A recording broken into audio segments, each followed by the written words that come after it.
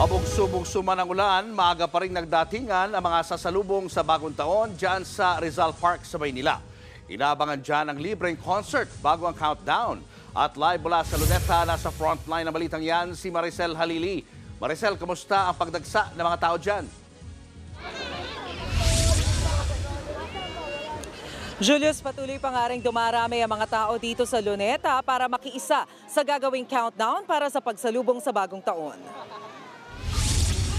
Maaga pa lang, bumiyahe na mula Bataan ang pamilya ni Clarice papunta sa Rizal Park sa Maynila. Dito na nila pinagsaluhan ang baong adobo at fruit salad. Pananghalian nila ngayong bispiras ng bagong taon. Gusto lang po namin matry kasi po first time po namin pumunta dito. Meron ding foreign tourists na ini-enjoy ang tirik na araw.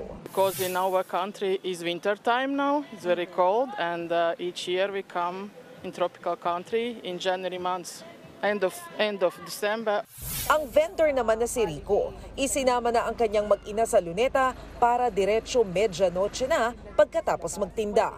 Para po kahit pa paano, may income kami habang nagkakasayahan. Pero ang photographer na si Joseph, matumal ang kita. Di katulad nung nakaraan, mas okay. Meron pa kaming naisisave. Ngayon po, mahirap na po. Matumal na kita rin ang hinaing ni Lorely. Hindi kasi masyadong mabenta ang tinda niyang tela na panlatag sa picnic dahil sa pabugso-bugsong ulan. Kailangan po maubos talaga ito hanggang bukas.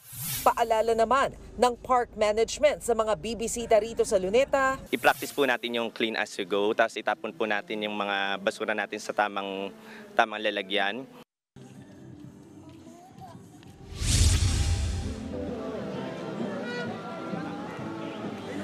Julius, alas 8 ngayong gabi magsisimula ang concert dito sa Luneta. Dire-diretso na yan hanggang mamayang midnight para sa countdown at sa fireworks display. Kaya ngayon pa lang makikita na natin yung mga kapatid natin kanya-kanya ng latag ng kanilang mga tela para magsagawa ng medianoche dito sa Rizal Park. Kaninang tanghali nasa 3,000 lamang yung bilang ng park management ng mga individuals na nagpunta dito. Bigla itong sumampa sa 21,000 ngayong alas 6 ng gabi at inaasahang pwede pa yung umabot ng 80,000 mamayang countdown basta manatili lamang na maayos ang panahon. Julius? Maraming salamat at Happy New Year, Maricel Halili. Mga kapatid, Julius Babaw po. Iba na ang may alam at may pakialam sa panahon ngayon.